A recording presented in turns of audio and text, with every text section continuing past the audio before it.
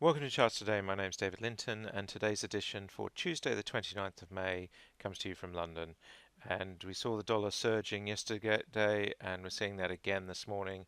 The euro in a little bit of turmoil over the Italian situation, and Spain also coming into the fray. So, euro just looking weaker still, and that's consistent with what we've been saying in the charts. The long-term chart of the euro is sinking quite heavily against the dollar, and that was highlighted in our recent reports. So we're seeing the euro falling away here, making new lows. We haven't seen these levels now since the summer last year, so we're making 12-month lows in the euro now, and we've got a downside target of 114. That's 2.18% lower. So it does look like the euro is pulling right back. Of course, we've got these very big targets hanging over us. If we make lows below 104, which is a fair way away yet, then that would be very, very bad for the euro, and we'd see um, less than parity. Looking at the dollar against the yen, the dollar has actually been sinking here, so yen stronger as one of the safe havens. And looking at sterling, sterling making new lows against the euro as well, against the dollar as well. We're back to levels seen in the autumn. Really, just that fall away, just continuing. Some 10 cents or more just coming off there. We've got targets to 132, 131, and they're now not very far away, so we're going to where the targets are pointed to. Looking at euro against sterling against the euro, sterling has actually proved a bit stronger, so that euro turmoil really showing through. Sterling against the Swiss franc relatively flat, and sterling against the Australian dollar again relatively flat. Bitcoin is nudging this $7,000 level, so looking bearish. That really hit that resistance on the medium-term chart. Still looking bearish. Downside target 6,670, 6,700, 6,660. So lots of targets to that sort of area of 3, 5, 6% lower.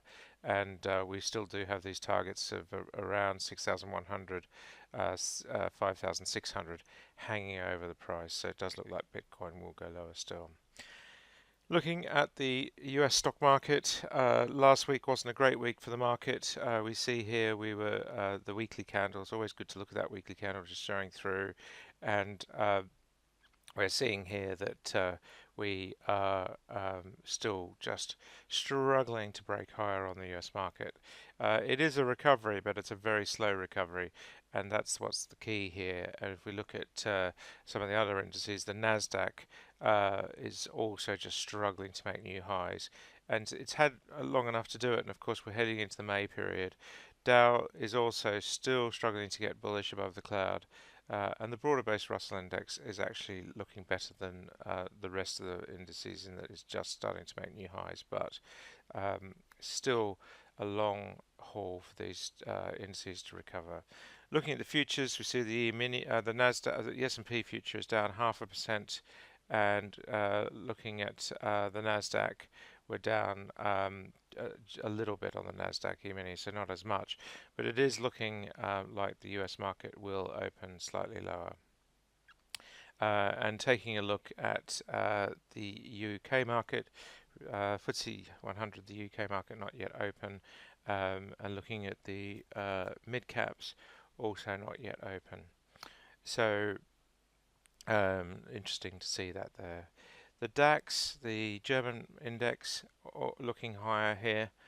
So we are seeing the DAX is obviously the turmoil in Europe is pushing things lower there. So we are seeing bearish sentiment creeping in there, and the same really applying to the French market.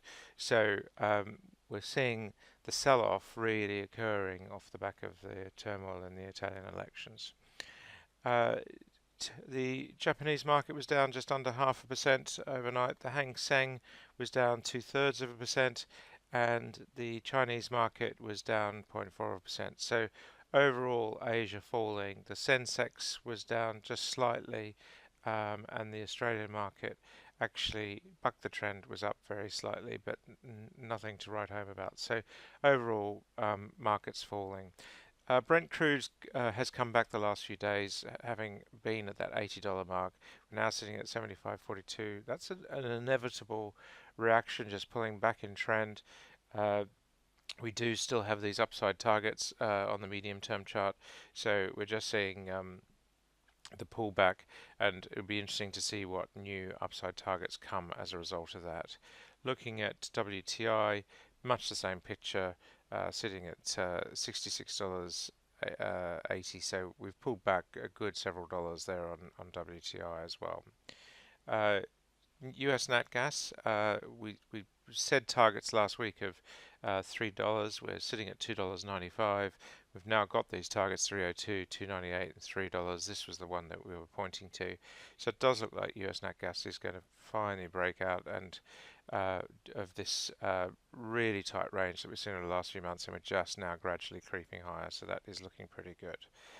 Gold struggling at the $1,300 mark, up very slightly this morning. We are still just slightly bullish on gold, and the same on silver. And the short-term chart, silver not looking as good.